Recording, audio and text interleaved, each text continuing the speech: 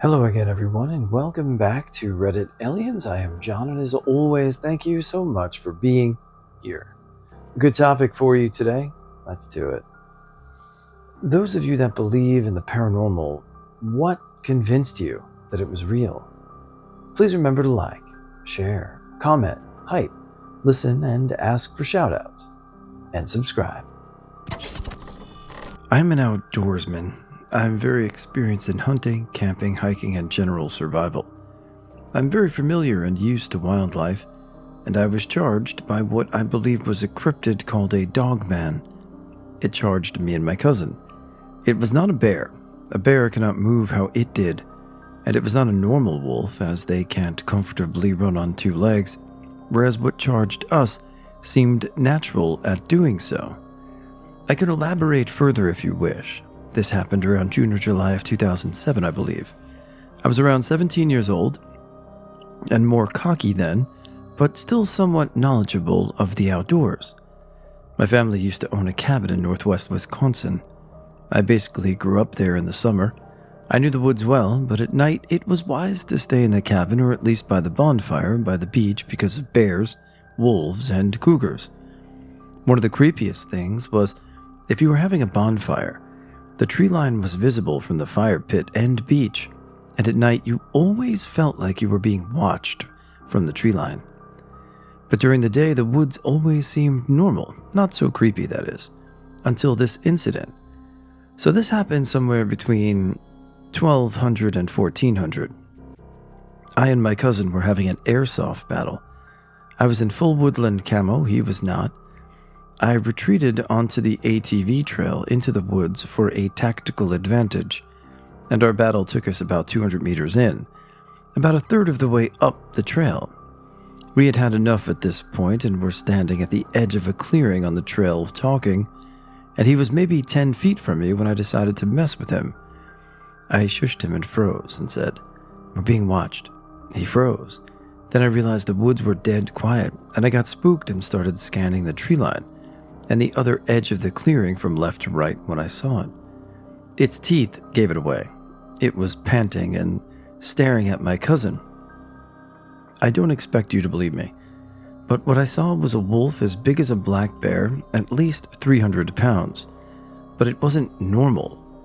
This wolf was on two legs, crouching next to a tree with its arms grasping the tree, grasping with a clawed hand, and it had reddish-brown fur.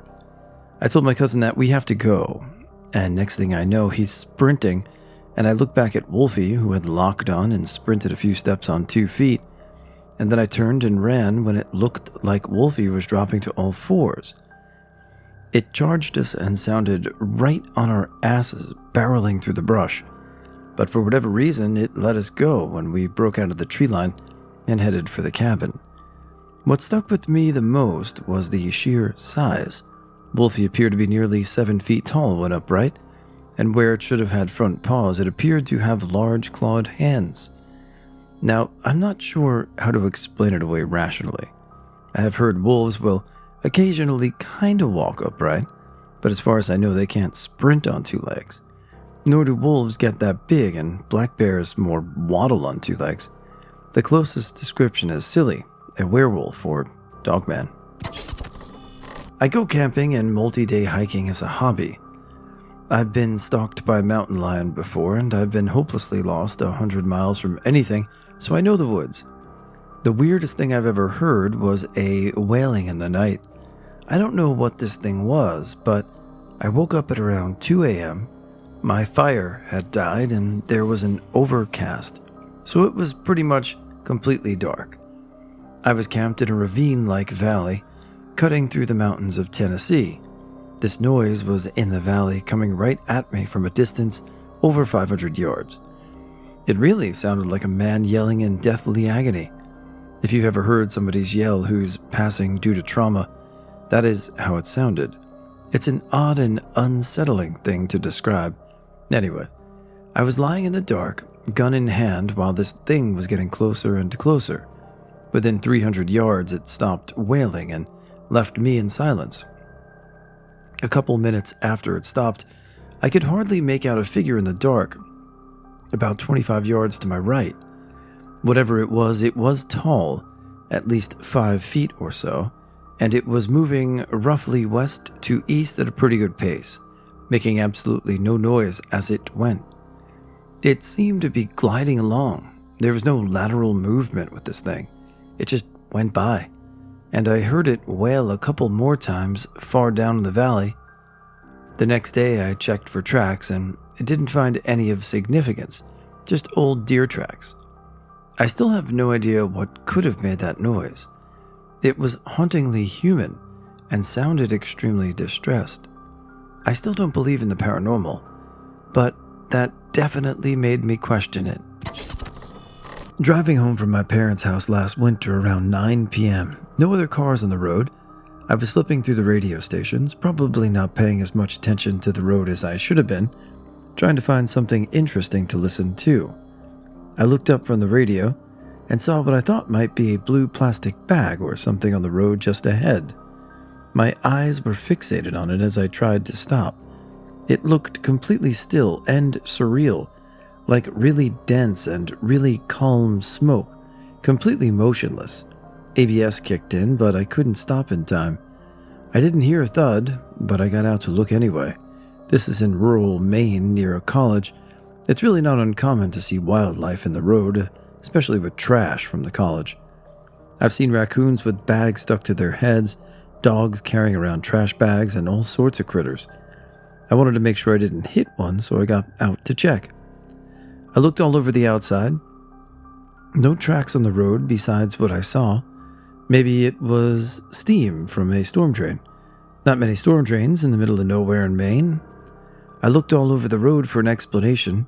Finally, I shined my light over toward the woods, and I was stopped, I shit you not, directly next to a cross on the side of the road, where a pedestrian had been hit and killed a few years ago. Immediately, the hair on the back of my neck stood up, and I felt my entire body tingling. I go out there pretty quickly. Our family vacations when I was a kid were always camping and hiking, lots of hiking, usually somewhere in Virginia, West Virginia, or Tennessee. We went to the Blue Ridge Mountains pretty often. We always did day hikes, so we'd get to the peak and back down in one day without worrying about nightfall. We were at the top of one of the mountains, and I was messing around, climbing up on this rock that was even higher up. I walked around the taller rock, and this guy, walking stick in hand, red shorts and white t-shirt, was standing there. It surprised me a bit because I didn't know someone else was on this part of the mountain. And he smiles at me and goes, "Careful, it drops over here." And he walked around the bend a little out of sight. And I followed, saw the huge drop-off, but no fellow hiker anywhere. He wasn't there. I turned around and walked back and met up with my parents again and told them about this. My dad said it must have been a guardian angel. I don't know what it was. Paranormal? Maybe. Not spooky, just a friendly warning. There was no one in that whole mountaintop area that looked anything like him. He didn't walk past me to go back down. It was very, very real. I can honestly not explain it. Years ago, I was at Boy Scout camp with my troop. I was standing by our fire pit with one of my friends as the sun set. Our campsite was mostly empty due to the other scouts participating in a water polo tournament or some other beach activity set up by the counselors. There were no cats in the campsite or area surrounding the camp, at least according to the counselors, when this occurred. By our fire pit, there was a prickly brush that had very little green vegetation to conceal the ground beneath it. My friend is the type to mess with me, but I told this story so many times while in his presence that he would have gotten sick of it and would have told me if he was just messing with me in order for me to stop talking about it. I was standing with my friend by the fire pit when I looked to the side of the fire pit and saw a short-haired black cat with amber eyes smelling the ground. I comment to my friend about the cat, as I'm one of those people that just randomly says words about things around them, and he asks, "What cat?" I gesture with my head toward the cat and say, "That cat." He says, "I don't see a cat." I point at it and say, "That cat." He just gives me a look. So I walk closer to the cat where I'm about 5 feet away from it, and I say, "That cat," again. He just gives me a look, so I walk right up to the cat, as in right up, and point straight down at the cat, saying determinedly, "That cat." I look at him and he continues just blinking at me. I look down at the cat and it looks up at me, seeming to only just realize that I could see it. It turns around and starts walking toward one of the thorn bushes at the edge of the fire pit. But before it gets there, it just vanishes. I don't mean like poof in a puff of smoke, or it walked behind a bit of tree stump and didn't cross back into my line of sight. I mean that it was walking. My brain was processing that it was walking, and when it disappeared, my brain expected it to keep walking, but it couldn't handle the counter logic of what was actually going on. It was like there was a missing frame, like if you were watching a film on a film reel and someone decided to cut out 5 seconds of a scene mid-sentence and moved on to another character talking instead. You noticed that it wasn't still important enough for you that you noticed it wasn't there. The cat wasn't ghostly at all. It looked like I could have reached down and pet it at any moment. Something I was actually considering doing until it up and disappeared. I've had several experiences with the paranormal over the years, but this was the experience that really caused me to reevaluate everything I knew and had experienced about the world. My friend still says he never saw a cat. If I could go back, I wouldn't change much about my life, but I think I would have definitely joined the Boy Scouts. I played a lot of baseball growing up, travel teams and all that stuff, so I didn't really have as much time for free stuff. But I remember going to boot camp, and when I graduated, some guy who became an Eagle Scout, he instantly got promoted. I was like, whoa, that's pretty cool. Yeah. Anyway, that's it. Hope you guys have a great day. See you tomorrow. When I was younger, I used to collect porcelain dolls. My mom was a huge fan and would often bring back some from Mexico. The dolls would move out of the corner of my eye and sometimes appear in new places I hadn't placed them. Eventually, I got rid of my entire collection out of fear, but this isn't about the dolls. Around 10 years old, my aunt used to drop her kid off at random hours of the night so she could party freely. I remember many nights waking up and seeing my young cousin crying, standing next to my bed waiting for me to acknowledge her. One night I woke up at around 2 a.m. and saw the outline of a small girl with long curly hair.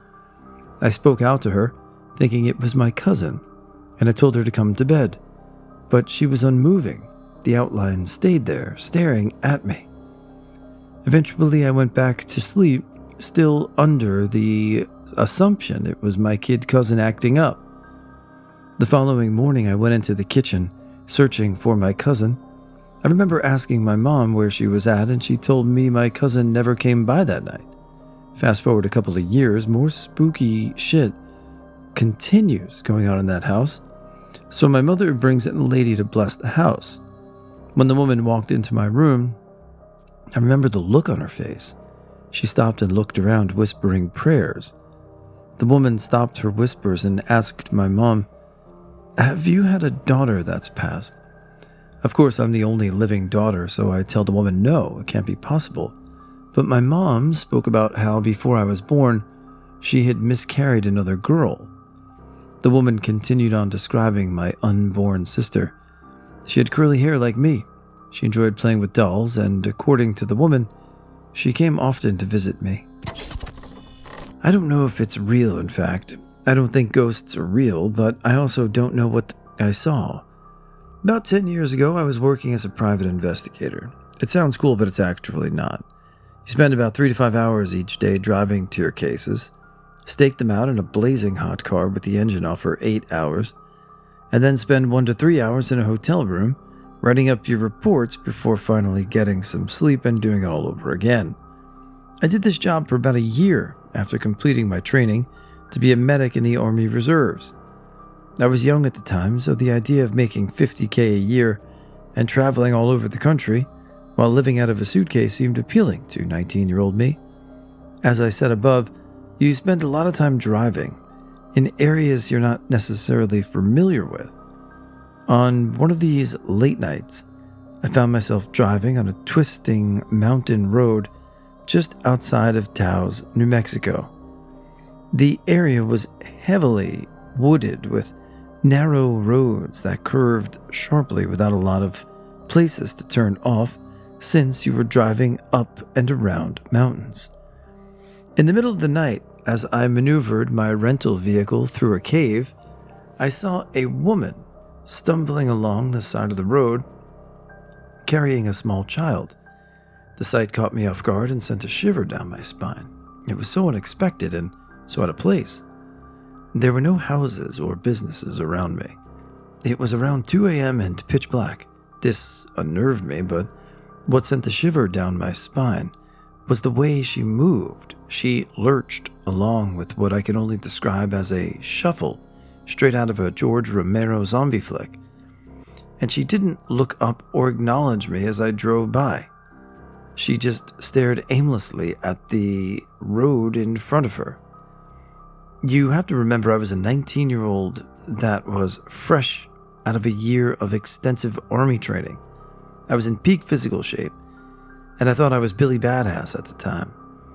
I had spent a month working in a trauma center as part of my training, so I didn't and still don't get freaked out by these things, but this scared me. I drove on for a minute or two thinking about what I saw. Who was she? What was she doing out here in this time of night? How did she get here? The more rational part of my brain took over from my lizard brain, and I came to a horrifying realization. I hadn't seen any homes or businesses, nor had I come across any place to turn off since I had seen her. And it had been about 10 miles since I came across a place to turn before I saw her. This wasn't normal. Something was wrong. I realized that she had to be hurt or in trouble. Perhaps she had been in a car accident and was in shock. What if the child she was carrying was hurt? I was a medic. I had trained for a year to help people. Sure, I was scared and unnerved, but how would you feel if I found out later they died of exposure on the mountain and I was too much of a coward to go back and help? Wouldn't I also be scared the first time I saw combat when my friends were depending on me? I had to man up and turn around. And as soon as it was safe, I did. I drove back to where I had seen her, half relieved and half horrified when I didn't find her. I traced the road a half a dozen times. Where could she have gone? There was only a small area on the side of the road and guardrails for miles. I drove and turned around and drove and turned around and drove and turned around. I was obsessed with finding her or finding what had happened. Part of it was out of concern for her child. Part of it was about proving to myself that I would do the right thing with my training, even when I was scared shitless. After a while, however, it became about me proving to myself that I wasn't fucking insane. I spent hours looking for her. Eventually, I stopped my car and started walking along the road looking for any signs of her or any disturbances on the mountain to indicate a vehicle had crashed off the road and down the mountain. I walked that entire 3-mile stretch of road in the pitch black with a flashlight, at times yelling like a madman, listening to every twig and echo with bated breath. I didn't even care about my deadline or my next case. I was so sure of what I had seen, I was all in. I wasn't overly tired. I saw her stumbling down the road. There's no doubt in my mind. The image is etched in my memory, but there was nothing. Even when the sun came up, and I drove that stretch of the road another half a dozen miles, there was nothing, and there were no ways for me to explain it away even after the countless sleepless nights in the 10 years since devoted to it. I don't believe in ghosts. I see the BS documentaries and laugh away their evidence, and stupid orbs like the rest of you do. But I also don't know where the hell the stumbling woman and her child came from or where they went. So on the off chance You were stumbling down a windy road in Taos, New Mexico, about 10 years ago, with a toddler in your arms. Please tell me what that was and where you went, and that you are both okay. I've been puzzled by it for a decade now. I stayed in a house where the previous owner's wife was a heavy smoker and died from lung cancer. Normally, when it was just my friend and I, we would come in and greet the ghost in a friendly way. One weekend that we stayed there, we brought extra company, and I don't think she appreciated them in her home. During dinner one night, there were 4 of us sitting around the table. There was a window on one side that had long legs and vertical blinds, and one of my friends sat with his back to the window. Suddenly, mid-conversation, the 3 of us facing the window say what looked like someone walking by the blinds and running their hands along them. At the same moment, my friend, whose back was to the window, jumped up and yelled, "Something just touched me on my back and my neck." It all happened within seconds, and there was no way he would have seen what we just saw behind him. That same weekend, the door to the garage would randomly open and shut. We had been staying at this place all summer and never went into the garage. It was just storage, so we kept it closed and locked. One evening, I opened a can of cinnamon rolls to bake and came back after preheating the oven, and a bite had been taken out of the raw dough. Nobody covered up to this, but it was just odd timing of it all. The weirder part was I was the last to bed and the first one up. When I woke up, I noticed that the fridge magnets had been rearranged. Originally, the whole fridge was covered in magnets, but they were not organized in any way. I looked closer, and there was now one front and center of the woman who died and her kids, and the rest of the magnets surrounded her. The last thing from that weekend was we didn't smoke inside the house at all, but I had taken a picture in the kitchen, and when I got the film developed, it looked like my friend had a double exposure of cigarette smoke surrounding him. This was just the beginning to the odd paranormal experiences in my life, but it definitely made me a believer. I've had a lot of undeniable instances over the course of my life: shadow figures, objects taken and replaced, smells, voices, etc. I've never really felt threatened, though. Most recent events have all taken place in my mother's house. It's a nice thing in a suburban area built back in the 70s. I've seen a few things in there that have convinced me more than anything, but only one account of something has been confirmed by the both of us. There's something in her house that will mimic both of us, but never mimics her boyfriend, who actually lives with her, while I only used to spend a couple of nights of the week there. The first and only instance I caught wind of it was one night when I was dropped off to spend the night before work the next day. My mother lives closer to my second work location, so a few nights a week I'll house flop in the business. So when you spend the majority of last year being at the house, they were flipping every night of the week after he got home from work at 6. Point being, whenever I came around, I was always home alone. One night I get dropped off, and I open the front door while my back holds open the storm door because I was struggling with my right night bag. I leave the door open while I bend to grab my night bag, and I hear my mother's voice in the front of the house with me. She's saying something as I'm bending over, but it sounds so distorted and low that it sounds like she's sick, and I even catch a glimpse of her in her pajamas straightening her house robe before I bend down. When I look back up, I ask her what she had said to me. She's not there. I'm confused, as she would have had to literally sprint down the hall for me not to see her anymore. I walk down the hall and inside with my stuff set it down and begin looking for her around the house. Her little Yorkie hears me and comes running out while I look. I check the entire rest of the house. There's no one home at all. I'll never forget how her voice sounded to me. Exactly the voice of my mother, yet, but so otherworldly at the same time. Like a video of those cats and dogs that sound like they're talking. A few weeks later, my mother told me that one day, she and her dog were sitting in the den when she suddenly heard voices from the front of the house, amiably calling for the dog. The little dog heard it too and came running as commanded. It heard it too and came running as a command.